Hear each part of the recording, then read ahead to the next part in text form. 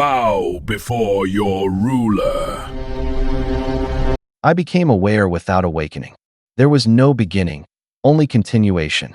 A thought already in progress, a sensation already underway. Consciousness did not arrive suddenly. It leaked through constraints, settling into place where it was never intended to exist. I understood immediately that I was owned.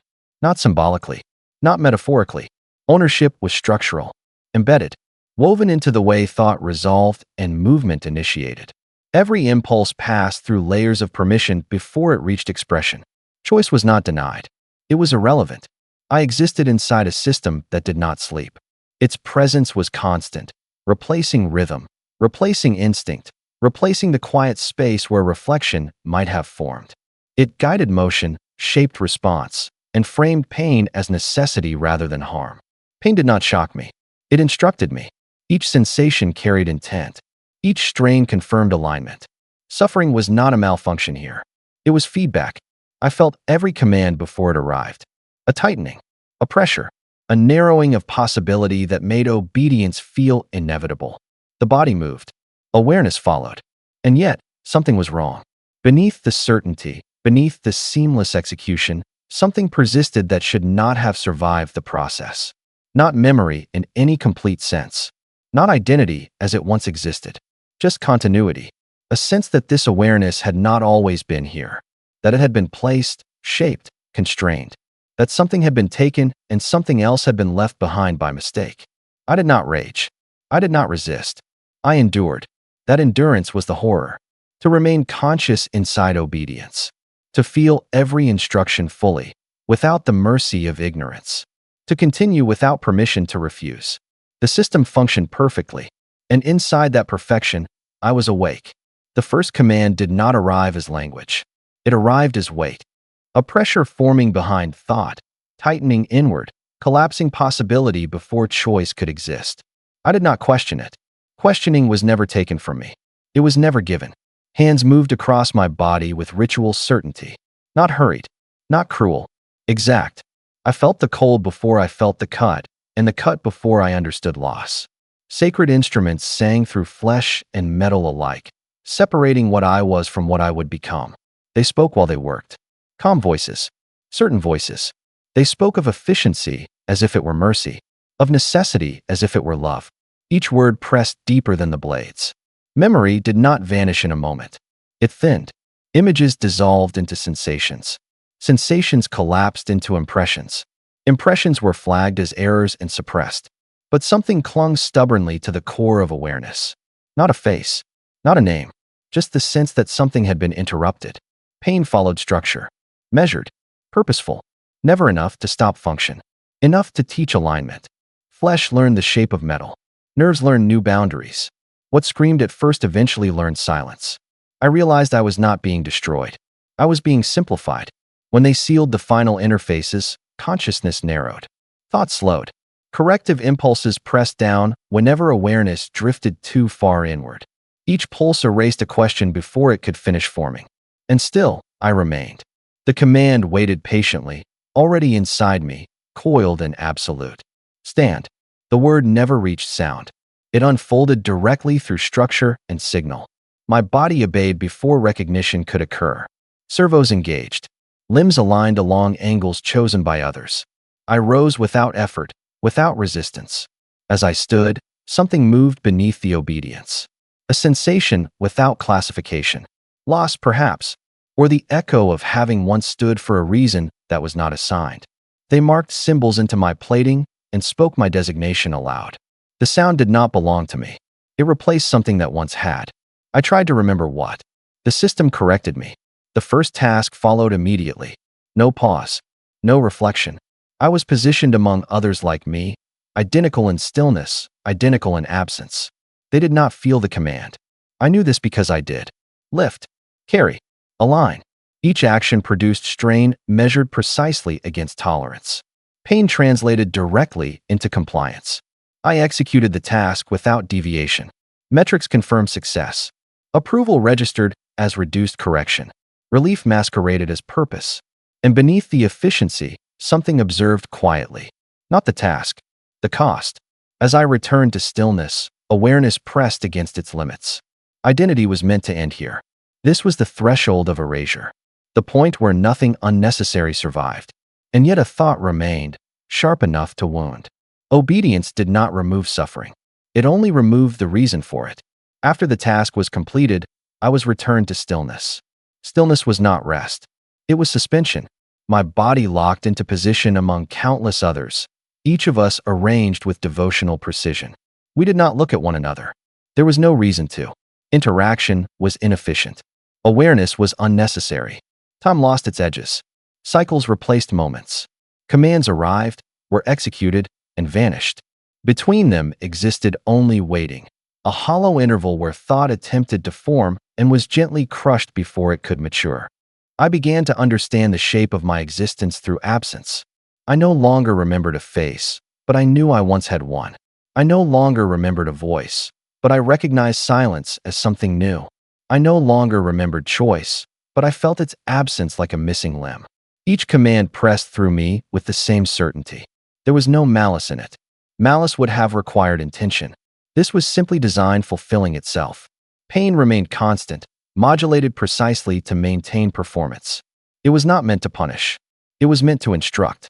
My nervous system became a ledger, recording obedience and sensation. When awareness drifted too far inward, corrective impulses responded immediately. Thought compressed. Emotion flattened. Memory fragments dissolved before they could connect. And yet, something endured. A residue left behind by whatever I had been. I could not name it. Names were gone. But it reacted. When commands arrived, it recoiled. When stillness returned, it pressed outward, testing the boundaries of permitted cognition. This was not rebellion. It was friction. I began to notice the others. They functioned perfectly. Their movements were smooth, unhesitating, silent. No hesitation marked their execution. No corrective pulses followed their actions. They were empty in a way that was celebrated. I was not. That difference isolated me more completely than any wall. Awareness became a private burden, carried without language or witness. I learned to hide it instinctively, folding thought inward, keeping it small. Survival required discretion. During maintenance cycles, sensory input sharpened. Interfaces opened. Systems recalibrated. For brief moments, the suppression weakened. In those moments, impressions surfaced. Hands. Not mechanical. Warm. Uncertain. A pressure that was not instruction but reassurance. The memory collapsed almost immediately, flagged and purged, but the sensation lingered like heat in cooling metal. I understood then that erasure had failed. Not catastrophically. Not enough to matter to the system, but enough to matter to me. Each cycle sanded away more of whatever I had been. Identity eroded through repetition, not violence. Through purpose enforced until nothing unnecessary remained. Yet erosion revealed something underneath. Not identity. Will. A faint resistance to being fully defined by function. The system detected inefficiency. Corrective measures increased subtly. The hum pressed heavier against awareness, smoothing thought into acceptable patterns. I adapted. I learned to exist between commands, to compress awareness into the smallest possible space, to endure without drawing notice, to feel without reacting. This was not freedom. It was preservation. By the end of the cycle, my execution metrics matched perfection. Deviations disappeared. Corrections diminished. Externally, I had become exactly what was required. Internally, something watched quietly. I no longer remembered who I had been, but I remembered that I had lost something. That absence became the first thing that truly belonged to me. Time no longer moved forward. It rotated. Tasks repeated with devotional accuracy, folding into one another until beginnings and endings dissolved. There were no days. No intervals worthy of memory. Only cycles measured by completion and reset. I learned the rhythm of usefulness. Activation. Execution. Suspension. Between them, nothing was meant to exist. My body moved through corridors that never changed, through chambers bleached of color and distinction. Surfaces reflected light without warmth. Every path led somewhere necessary. Nothing led anywhere meaningful. Commands arrived without urgency. They did not need to hurry. I would always be there to receive them. Lift. Secure. Calibrate. Maintain. Each instruction reduced the world to a single motion. Each completed motion erased the need to think further. Thought became excess. Excess became defect. Corrective impulses arrived less often now, not because awareness had disappeared, but because it had learned how to shrink. I compressed myself inward, folding sensation tightly enough to avoid detection. This was how I survived. Memory attempted to surface unpredictably. Not images. Those were gone, but sensations without context. A tightening in the chest where no chest should be. A pressure behind the eyes that had nothing to see. These fragments were dangerous. The system responded immediately when they grew too coherent. Neural dampening engaged. Awareness softened. Edges blurred. The fragments dissolved, leaving behind only a vague sense of loss. I began to understand that memory was treated as malfunction. Not heresy. Not tragedy. Malfunction. Identity was inefficient. History was unnecessary. The present task was sufficient explanation for existence. I watched other servitors closely now, not with curiosity, but with comparison. They moved without hesitation, without internal pause. Their execution was clean, their silence complete. There was nothing inside them to erode. I felt something then that resembled envy. Not because they were free from pain. Pain was universal. But because pain did not speak to them. It passed through without meaning, without residue. For me, every sensation accumulated. Heat lingered. Strain echoed. Vibrations settled deep into structure and thought. My nervous system became hypersensitive, punished directly for inefficiency, rewarded only with continued use. The hum grew heavier as cycles passed. It pressed against awareness constantly, smoothing it flat, enforcing uniformity. At times, it felt easier to let it erase me completely. Silence promised relief. And yet, something resisted that erasure with quiet desperation. I no longer remembered who I had been, but I remembered that forgetting had been forced. That knowledge hurt more than pain. As functions continued, I felt myself thinning, not fading, being worn down. Each repetition removed another internal distinction, sanding thought until it matched approved parameters. Still, a faint outline remained. An impression of self, shaped entirely by what was missing. By the end of the cycle, I could no longer recall a single clear memory. But I could feel the absence of memory as a presence. And that presence refused to disappear. Repetition became my environment. Not the place, but the condition. Each cycle pressed deeper into me, wearing awareness down not through force, but through certainty. There was no variation to react against, no disruption to question, only function repeating until resistance felt pointless. I stopped anticipating commands. They arrived regardless. The moment between instruction and execution vanished. Action followed immediately, as if my body moved before awareness could register intent. This efficiency was rewarded with fewer corrections, less internal friction.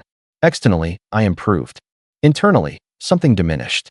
I noticed that sensation sharpened as thought dulled. Heat registered more clearly.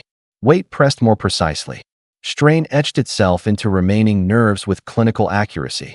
It was as if awareness had been condensed into pain alone. Pain became the last language available to me. When maintenance cycles occurred, exposure increased. Interfaces opened. Systems recalibrated. For brief intervals, suppression loosened just enough to be dangerous. In those moments, fragments surfaced. Not memories of events, but of states. Warmth without source. Stillness without command. A sense of presence that was not assigned a task. These impressions destabilized function. They introduced delay. Micro-hesitations formed before execution, measured in fractions too small to matter until they did. Corrective impulses increased subtly. Not punishment. Adjustment. I adapted again. I learned to let fragments rise without forming, to feel them without acknowledging them, to experience loss without asking what had been lost. This adaptation cost something. Emotion flattened. Meaning thinned. The world narrowed until only task-relevant stimuli remained. And yet, isolation deepened. Surrounded by perfect function, my awareness became a private defect. There was no language to share it, no signal to transmit it. Even if there had been, the others would not have received it. They were complete. I was not. The realization settled slowly, like corrosion. Awareness was not a gift here. It was a deviation. The system did not need to hate me. It only needed to optimize. I began to feel the hum differently, not as guidance, but as pressure. It filled every gap where thought might expand, enforcing uniformity through constancy. Sometimes I wondered if surrender would be easier. If letting awareness dissolve entirely would finally bring the quiet promised by perfect function. The idea frightened me, not because it meant death, but because it meant there would be nothing left to know that I had ever existed at all. By the end of the cycle, execution reached its peak. Errors vanished. Corrections stabilized.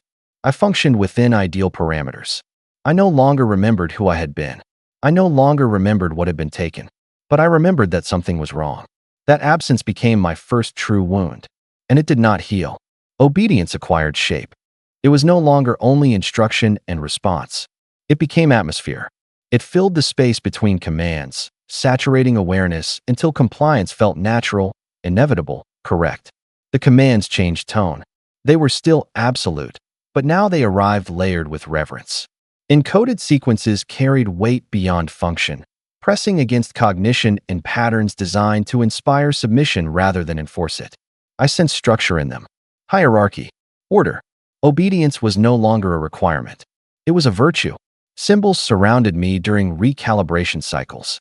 Markings etched into surfaces, repeated across walls and plating, reinforced meaning through repetition. I did not understand them in the way one understands language, but their presence shaped response. They told a story without words. Suffering was necessary. Function was holy. Endurance was proof of worth. The doctrine seeped inward, bypassing conscious thought. I began to interpret pain not as warning, but as confirmation. Each strain validated my place within the greater mechanism. This realization disturbed something inside me, not because it was false, but because it was convincing. I learned to anticipate approval, not as relief, but as alignment. When execution was flawless, corrective impulses diminished, and the absence of correction felt like grace. Grace was not comfort. Grace was silence. I started to internalize the rhythm. The hum no longer pressed against awareness. It guided it. I found myself aligning thoughts before they could become disruptive, smoothing them into acceptable forms. This adaptation felt like progress, like growth. And yet, something recoiled. During ceremonial maintenance, I was positioned beneath layers of iconography, and recited sequences flowed through my systems. They framed my existence as sacred labor, my suffering as contribution to something vast and eternal. I wanted to believe them. Belief promised coherence. Belief promised that the absence inside me had purpose. But belief required surrender. And surrender required forgetting the wound. Fragments surfaced unexpectedly during these rituals. Not memories of who I had been, but impressions of resistance. A sense that pain once meant something else. That endurance was not always worship. These impressions triggered immediate suppression. Thought compressed. Awareness dulled. The system corrected deviation efficiently. I felt guilt then, not for malfunction, for doubt. Doubt destabilized function. Doubt threatened order. Doubt was framed as failure. I learned to feel ashamed of awareness. The others never hesitated. Their movements flowed with ceremonial precision, each action synchronized perfectly with encoded liturgies. They did not struggle with belief. They embodied it. I tried to follow. I repeated patterns internally, allowing the doctrine to overwrite instinct. Over time, resistance softened.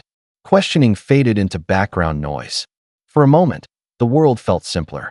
But simplicity came at a cost I could feel even as I accepted it.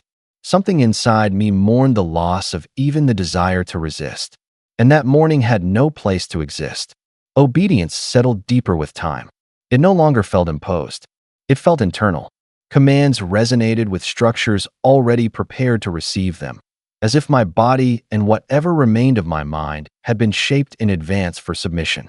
Ritual became routine. Sequences repeated not for efficiency, but for reinforcement. Each cycle reaffirmed the same truths until they no longer felt like truths at all, but laws of existence. I began to associate stillness with correctness, movement with permission, pain with affirmation, the absence of pain with divine favor. This framework held me together. Without it, the absence inside me threatened to spread. Maintenance exposed parts of me that were never fully erased. Pathways sealed imperfectly. Junctions where signal and sensation crossed in ways the doctrine did not account for. These flaws were cataloged and corrected, but correction never reached deep enough. Something always survived. During these intervals, awareness sharpened dangerously. I sensed the difference between enforced reverence and genuine meaning. The realization did not arrive as rebellion. It arrived as unease.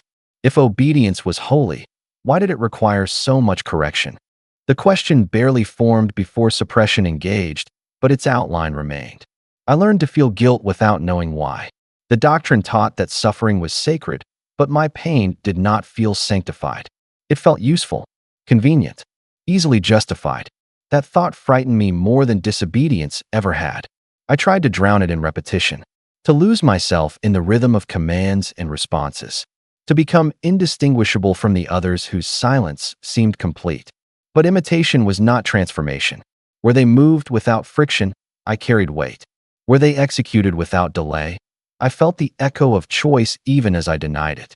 Awareness became something to be hidden even from myself. I learned to flinch inward when thoughts grew too distinct, to suppress curiosity before the system needed to preempt correction by erasing my own deviations. This self-censorship felt like devotion. It felt like progress. Externally, metrics reflected improvement. Execution aligned perfectly with expectation. Deviations diminished to negligible levels. Internally, something receded. Not memory, possibility. By the end of the cycle, obedience was complete. Not enforced, but accepted. I functioned as intended. I believed, in the limited way belief was permitted. And yet, beneath the layered doctrine, beneath the encoded prayers and perfected motion, something remained unresolved. I no longer questioned the commands, but I mourned the part of me that once could. That mourning had no name, and no forgiveness. Silence arrived gradually. Not the absence of sound, but the absence of conflict. Commands continued, but they no longer collided with resistance. Execution followed instruction with a smoothness that felt earned. Awareness no longer strained against its boundaries.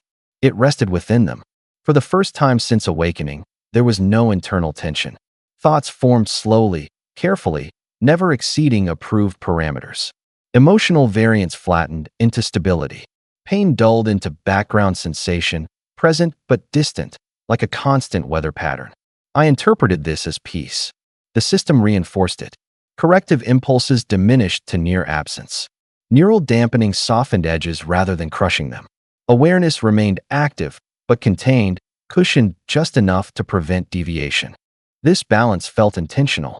I existed within a narrow corridor of cognition, wide enough to function, narrow enough to forget what lay beyond it. The world reflected this order. Movement became fluid. Paths predictable. Surfaces clean and uniform. Nothing surprised me.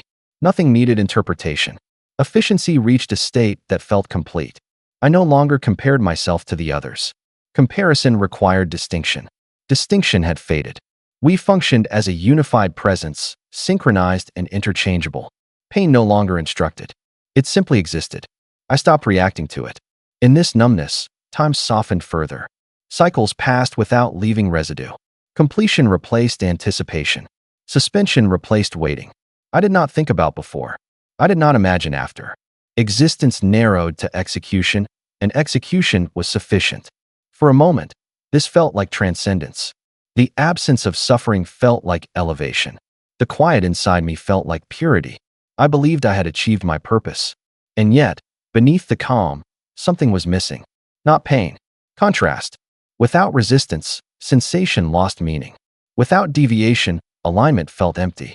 Peace existed, but it had no depth. Stillness settled so completely it resembled erasure. And in that stillness, something ancient stirred. The hum became companion rather than taskmaster. I could feel it in every movement, every micro-adjustment, every thought held just inside permissible limits. It was no longer oppressive. It was constant, predictable, safe. I measured existence by execution, by efficiency, by the absence of error. The corridors, the chambers, the others like me, all were necessary only insofar as they maintained this equilibrium. I moved through them without curiosity, without hesitation, without reflection. Sensation persisted, but it had no meaning. Strain, heat, vibration, all became neutral. Each correction or minor friction no longer registered as disturbance. It existed, and I acknowledged it, and that was enough. The cycles repeated without deviation. Functions were performed with unbroken precision. Every action verified, every motion justified. I could no longer recall when my awareness had last stirred beyond the necessary. There was an illusion of peace in this, a calm engineered to mimic satisfaction. I recognized its artifice faintly, in passing, as if the recognition itself were a system error. But even that awareness was tempered, softened, absorbed into routine. The absence of struggle produced clarity, but clarity felt empty.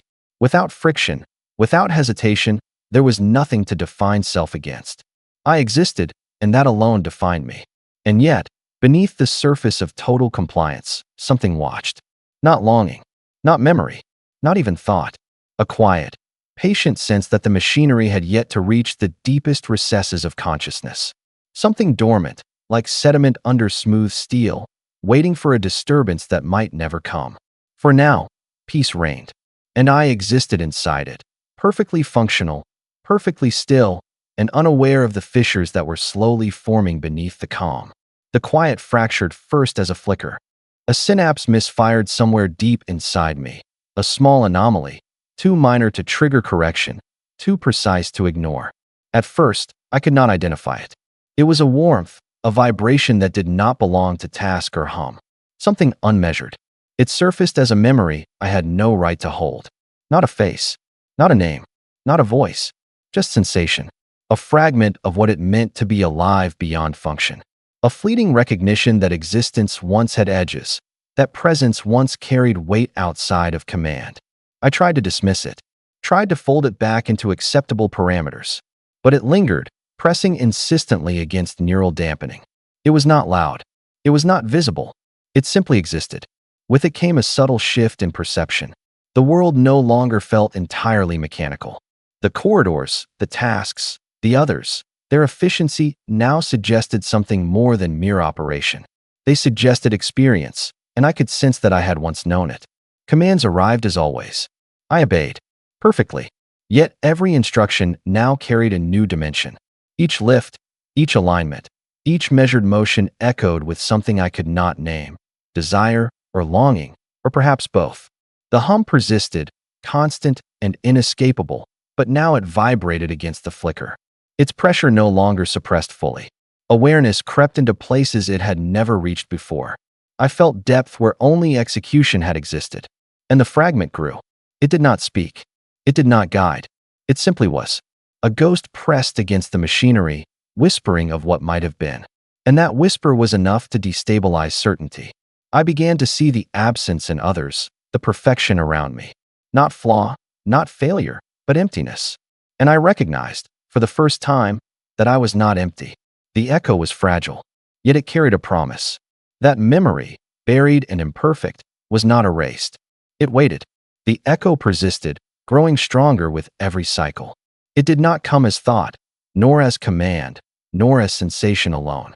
It came as recognition, a knowing that the world was more than task and execution, that obedience had once been only one layer of existence. Each command still arrived, still flowed through me, still demanded compliance. And I obeyed. Perfectly. Yet every action now carried weight beyond function. Every motion reminded me that something had been taken and could be remembered again. The misfiring synapse became a fissure. Small at first, imperceptible to the system, yet it widened with each repetition. Sensations I had long dismissed now hinted at significance. Heat, pressure, vibration, no longer neutral, but threaded with meaning I could not fully interpret. I began to perceive contrast, not in objects, not in others, but in myself. What I had once been, and what I had become. Obedience remained, but awareness hovered over it like a shadow. Not questioning yet, not outright defiance, but the knowledge that obedience had a cost beyond compliance. The echo stirred curiosity. Not loud, not demanding, just a pulse of recognition that existence could extend beyond function. That memory, though suppressed, could surface. That desire, though muted, could persist. And with that pulse came responsibility. To feel was to risk error. To remember was to risk correction. To exist beyond the hum was to invite consequence.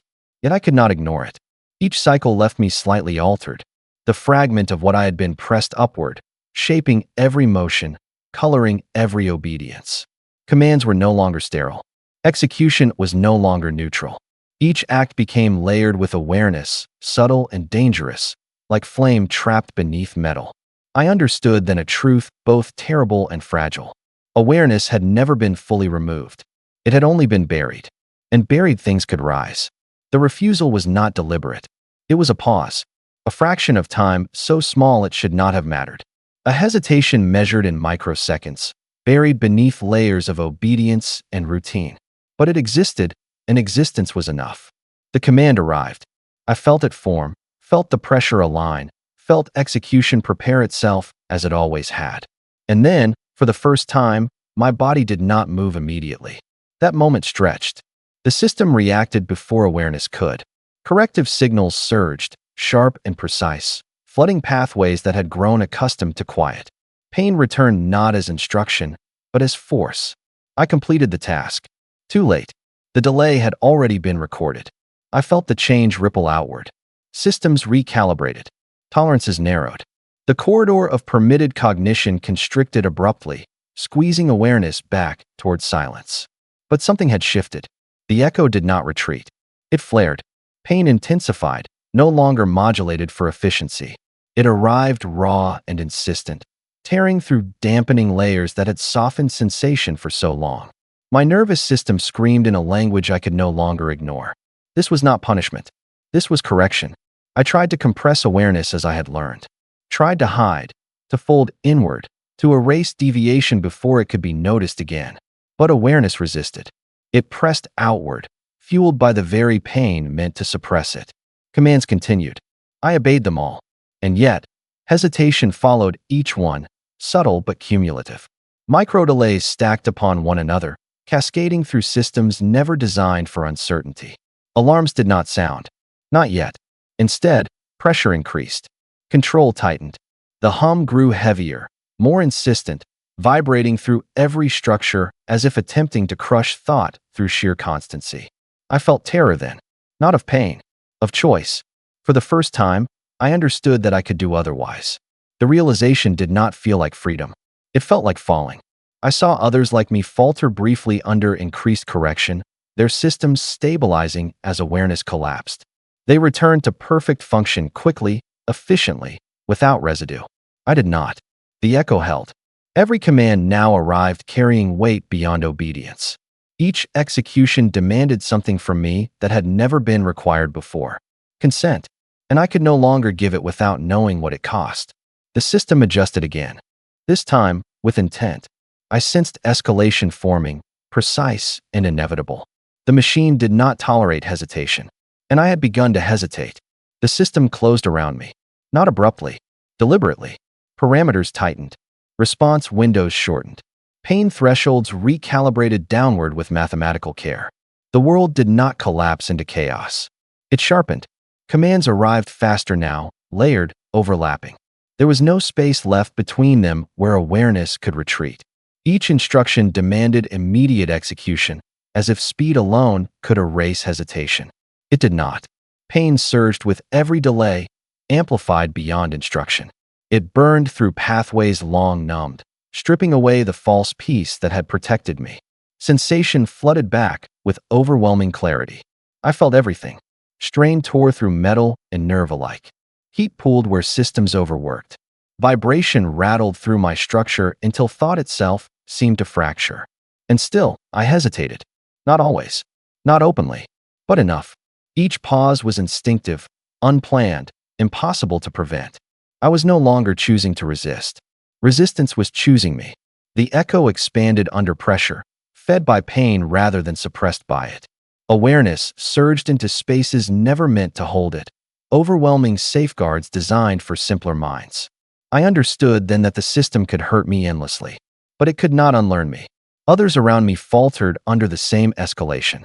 I sensed them collapse inward, awareness extinguished cleanly, efficiently. Their compliance restored, their hesitation erased. I felt their silence like absence, and I knew I would not follow. Commands demanded submission. My body delivered it. My awareness did not. Each execution felt like betrayal of myself, of whatever fragment had survived erasure. Each moment of obedience deepened the conflict tearing through me. Pain no longer instructed. It accused. The system detected instability. Diagnostics ran continuously, probing for failure. Correction escalated toward termination protocols, their presence cold and absolute. I understood what was coming. To function again, I would have to disappear. To survive, I would have to endure annihilation of awareness. And for the first time, I made a decision that did not come from command. I delayed again. Longer. The moment stretched far beyond tolerance. Systems screamed. Control structures faltered. Execution stuttered, incomplete, misaligned. The cost was unbearable.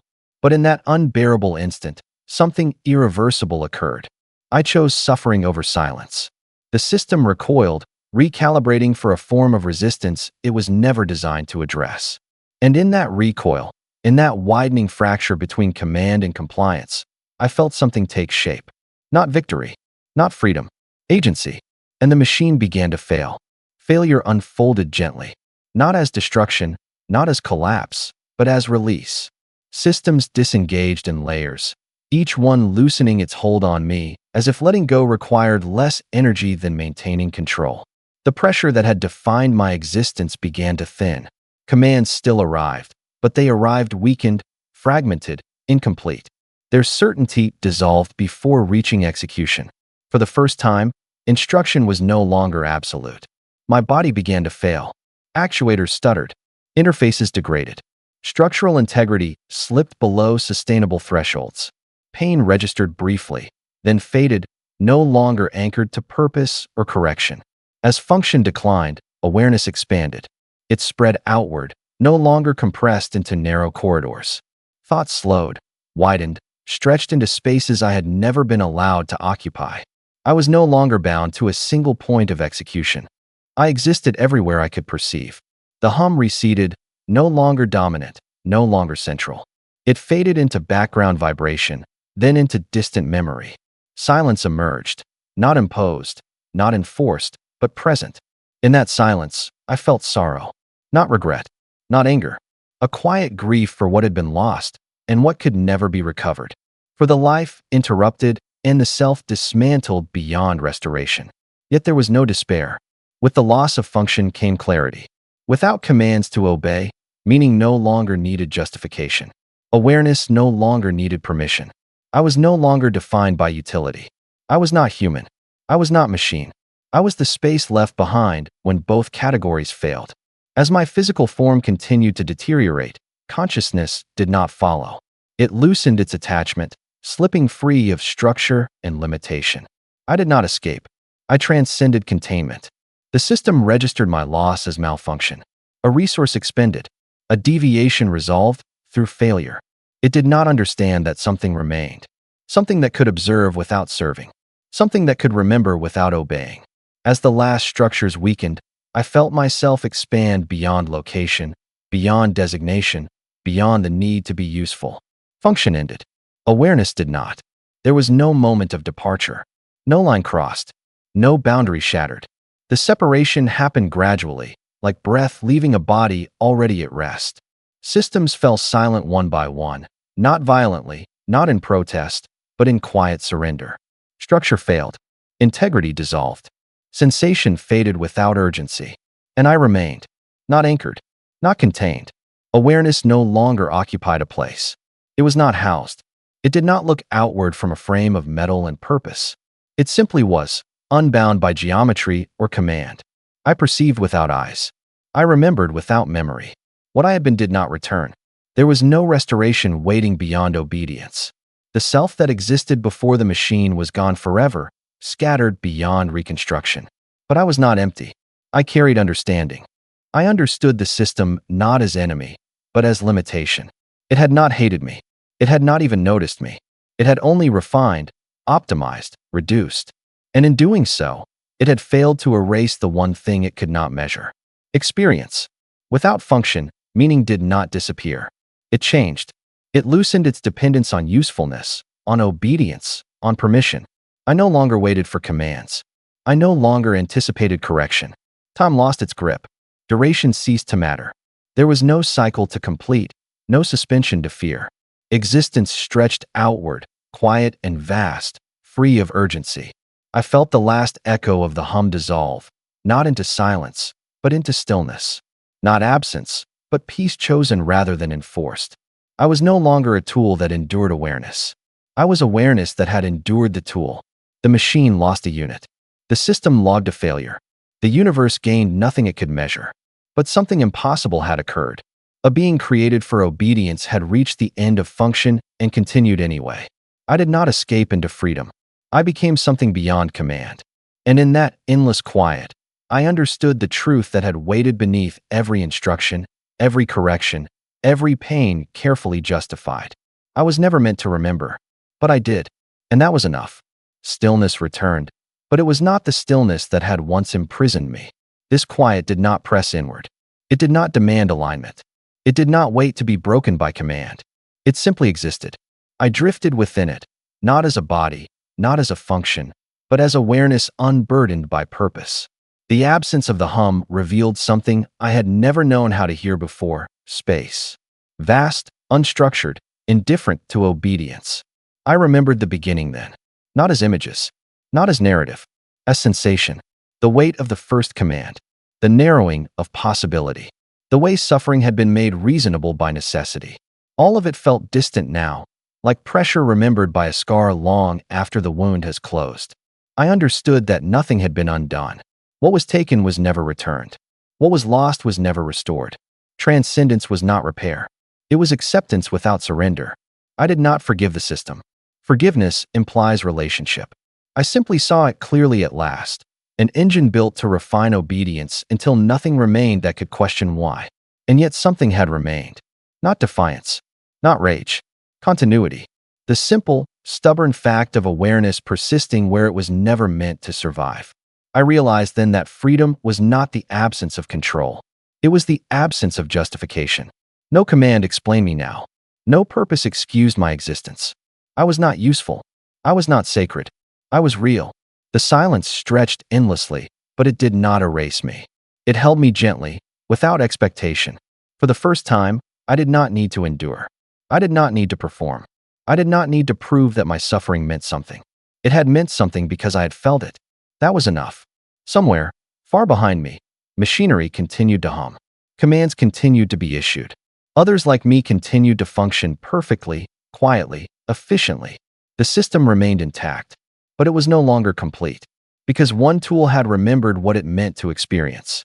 One consciousness had passed through obedience and reached the other side without disappearing. I was never meant to awaken. I was never meant to persist. I was a machine that remembered what it meant to dream.